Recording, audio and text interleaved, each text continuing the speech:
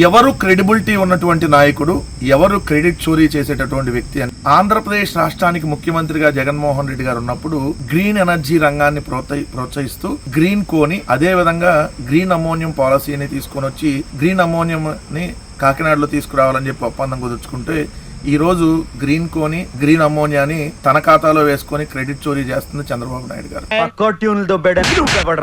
అలానే ఏదైతే రెన్యూ ఎనర్జీని తీసుకుని వచ్చినటువంటి క్రెడిబిలిటీ ఉన్నటువంటి నాయకుడు జగన్మోహన్ రెడ్డి గారు అయితే దాన్ని క్రెడిట్ చోరీ చేసినటువంటి వ్యక్తి చంద్రబాబు నాయుడు గారు. ఏం చిల్లర్ కాదురా మీరు.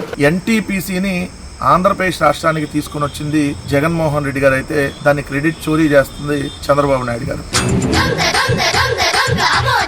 అదేవిధంగా భోగాపురం ఇంటర్నేషనల్ ఎయిర్పోర్ట్ కి అన్ని అనుమతులు తీసుకొని ఆల్మోస్ట్ 70% పనులు జగన్మోహన్ రెడ్డి గారు ఉన్నప్పుడు పూర్తి చేస్తే ఇప్పుడు దానికి రిబ్బన్ కట్ చేసి తన ఖాతాలో వేసుకొని క్రెడిట్ చోరీ చేస్తుంది చంద్రబాబు నాయుడు.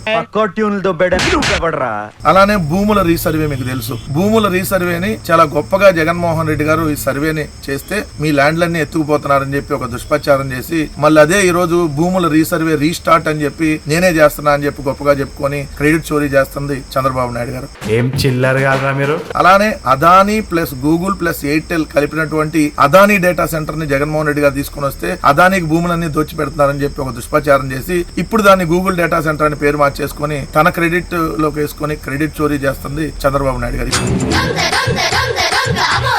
ఇప్పుడు చెప్పండి, క్రెడిబిలిటీ ఉన్నటువంటి నాయకుడు ఎవరు, క్రెడిట్ చోరీ చేసేటటువంటి నాయకుడు ఎవరు మీకు అర్థం కావట్లేదా?